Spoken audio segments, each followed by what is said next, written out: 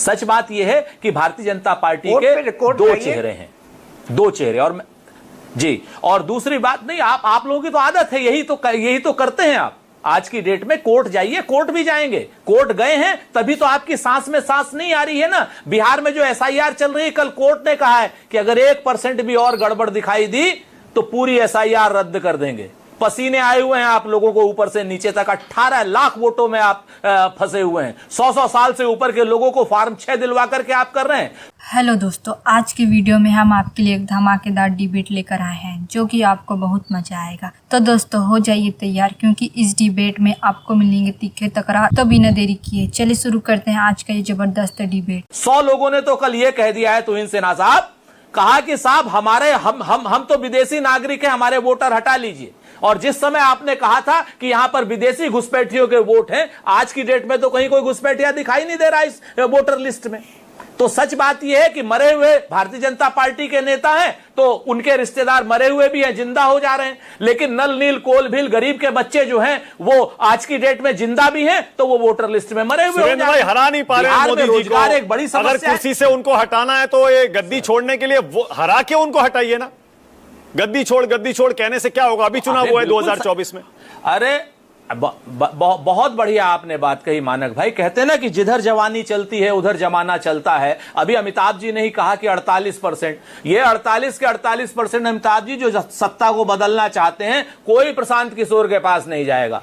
जिनको रोजगार चाहिए वो तेजस्वी जी के पास और कांग्रेस के पास आएंगे। और जिनको रोजगार नहीं चाहिए, जिनको तो रोजगार नहीं चाहिए वो सीधे सीधे नीतीश कुमार और मोदी जी के जुमलों में फंसेंगे। यहाँ आज की डेट में झूठ और सच की लड़ाई है, सच जीतेगा। एसआईआर की प्रक्रिया अब रुकने वाली नहीं है, पूरे देश में होगी। जहां जहां अवैध वोटर्स हैं उनकी पहचान होगी। कांग्रेस पार्टी को जवाब मैंने नहीं, इनके ही नेता रजन्ना ने, शेड्यूल ट्राइब के नेता रजन्ना ने दे दिया है। कोर्ट ने पूछा इनसे, शांत रहिए, बोलने दीजिए मुझे। कोर्ट ने इनसे पूछा कि आखिर आपके बीएलएस क्या कर रहे थे? अगर आपके बीएलएस सक्रिय होते तो 5 दिन का काम था। ये जो 65 लाख लोगों का नाम हटाया गया था, 5 दिन का काम था। वो सारे वेरिफिकेशन आप लोग कर लेते, लेकिन आपके बीएलएस भी जो थे केवल। तुहिन सिन्हा साहब, आप लोगों ने क्यों नहीं किया? आप लोग इसका मतलब मान रहे हैं ना कि आप 65 लाख की बेईमानी कर रहे थे, हम लोग रोक नहीं पाए। यही कह रहे हैं ना कि 65 लाख हम बेईमानी कर रहे थे, आप लोगों ने पकड़ा नहीं।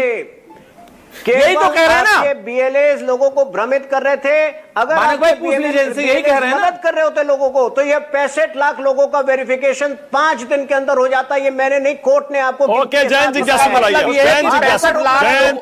जिज्ञासु, जयंत पहले मैं चाह रहा हूं सर्वे पर बोलिएगा। सर्वे के आंकड़े देखिए, तेजस्वी यादव को तो आगे दिखा रहे हैं, उसमें कोई डाउट नहीं है।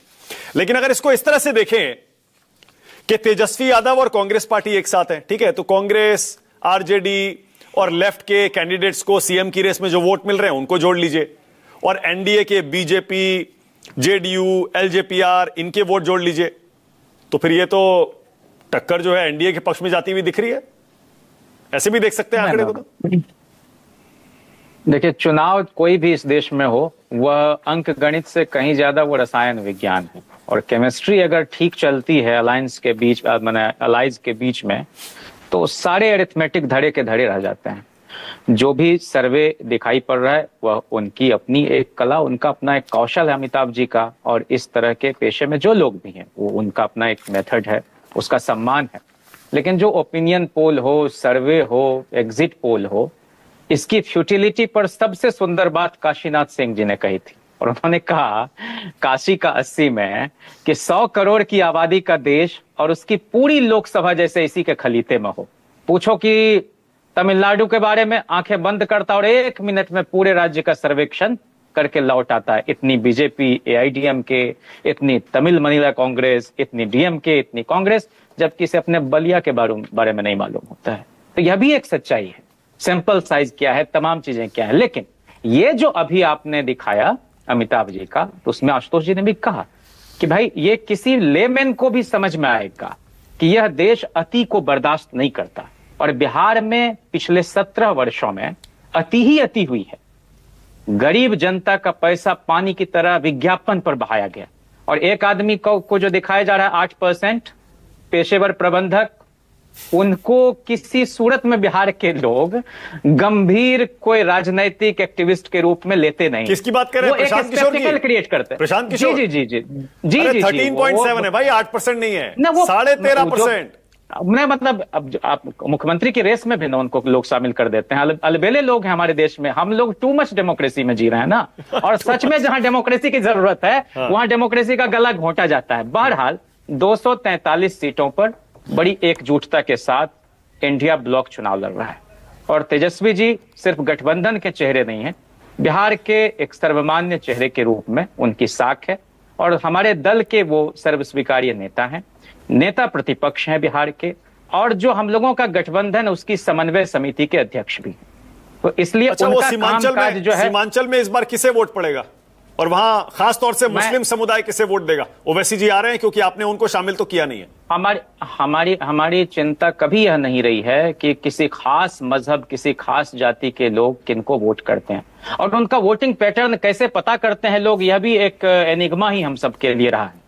हम कह रहे हैं कि जिस समय हमको सिर्फ 22 विधायक हमारे जीत कराए थे 2010 में, तब भी 7 मुस्लिम विधायक हमारी पार्टी की तरफ से थे, और जब जब हम लोगों को मौका मिला, चाहे 96 में भी तो गृह राज्य मंत्री तस्लीमुद्दीन साहब को जनता दल के कोटे से हम लोगों ने बनाया था, और 2004 में यूपीए की जब सरकार बनी तब भी हमारे जो 9 मंत्री यूपीए में शामिल थे, उन 9 में 2, एक अली अशरफ फातमी जी, एक तस्लीमुद्दीन साहब, ये दोनों तो एक सीमांचल से, एक मिथिलांचल से आते थे। हमने हमेशा इस बात का, एक वैश्य समाज के प्रेमचंद गुप्ता आते थे। जयंत, जब मौका मिला, सुनिए, जब मौका मिला तब बिल्कुल सही है, और जब पिछली बार मौका मिला था एआईएमआईएम के 4 तोड़ भी लिए थे जीते नहीं तो तोड़ लिए। मैं आपको बताऊं, जब पिछली बार मौका मिला, मैंने 15 से 17 के दौरान भी तो हम लोगों की पार्टी से अब्दुल बारी सिद्दीकी जी फाइनेंस मिनिस्टर होते थे, और 22 में जो हमारी सरकार बनी तो 3 मुसलमान मंत्री थे, शमीम साहब थे, तस्लीमुद्दीन जी के बेटे थे, और एक इसराइल मंसूरी जो उस अपने समाज के, इस देश के इकलौते विधायक हैं। पसमानदा समाज में भी जो ठीक है, वो ठीक है, ओके, तो हम लोगों को इसकी कोई चिंता नहीं है। हम तो बहुत इस बात को लेकर स्पष्ट हैं कि हम लोग अभी आपने कहा कि भाई आशुतोष जी ने कि ये एक तरह से जनता को लुभाने के लिए आइन वक्त पर, हम कह रहे हैं कि हम तो 2-3 साल पहले सरकार में रहते हुए, चाहे वो तालीमी मरकज हो, टोला सेवक हो, विकास मित्र हो, मनरेगा के मजदूर से भी कम जिनको मेहनताना था, आंगनबाड़ी सेविका, माई बहन क्या है, माई बहन क्या है, मान दे नहीं, वो तो चुनाव से पहले लाए नहीं, हम सरकार में नहीं है, हम तो ये वायदा तब भी भाई कि हम नहीं, हम सरकार में है या नहीं, ऐसे क्या होता है, वादा तो कर रहे हैं ना, देंगे। घूस तो विपक्ष में रहते हुए भी दी जा सकती है, सरकार में रहते हुए भी दी जा सकती है। वो घूस नहीं है मानक जी, वो घूस नहीं है। बिहार में इतने वर्षों शासन करने के बाद भी प्रति व्यक्ति आय सबसे कम आज बिहार में है। और एक आखिरी बात मैं आपके सामने कह दूं, कास्ट बेस्ड सर्वे किसी के खिलाफ नहीं था। हर जाति मजहब के 96 लाख परिवार जिनकी मासिक आय 6,000 से कम है, उनको कहा गया हम लोगों की सरकार की तरफ से कि सबको हम 2-2 लाख रुपया देंगे स्वरोजगार की तरफ से। 1250 करोड़ रुपए का बजट में प्रावधान भी हमने किया। हम लोग सरकार सटे, एक आदमी के खाते में पैसा नहीं किया। ये सरकार चला रहे हैं, ये वादा खिलाफी करने वाले लोग। वाजपेयी जी, चिराग पासवान के पक्ष में कितने वोट पड़े हैं? चिराग पासवान को कितने लोग सीएम बनाए? 8.3%। 8.3%। उसके बावजूद आप नीतीश जी क्यों कर रहे हैं? नहीं, अभी और बढ़ेंगे, और भी परसेंटेज और बढ़ेगी। अभी देखते जाइए, अभी तो सर्वे चलते रहेंगे। तो सीएम कौन बनेगा? देखिए, सीएम कौन बनेगा कौन नहीं बनेगा वो कई बारी डिबेट हम लोग कर चुके हैं, और अंत में जो फैसला होगा वो सबके सामने आएगा। लेकिन फिर वही कहा, अगर हमसे पूछो तो हम कहेंगे चिराग बाबू को बनना चाहिए। हमारी दिली इच्छा है, हमारी पार्टी के हर कार्यकर्ता की इच्छा। इधर देखिए जरा आंकड़े, हमारे पार्टी के हर कार्यकर्ता की। ये आ गया, देखिए 8.3। बढ़ेंगे ना, अभी बढ़ेंगे। 100% रिजल्ट आता है लोकसभा में, जब तक लीजिए 100%। तो वो महाराष्ट्र जैसा हो सकता है यहाँ पे बिहार में? महाराष्ट्र में क्या हुआ? महाराष्ट्र में क्या हुआ? एकनाथ शिंदे जी के नेतृत्व में लड़े और बना दिया फडणवीस को। किसने बना दिया? हमने तो बीजेपी ने। हमने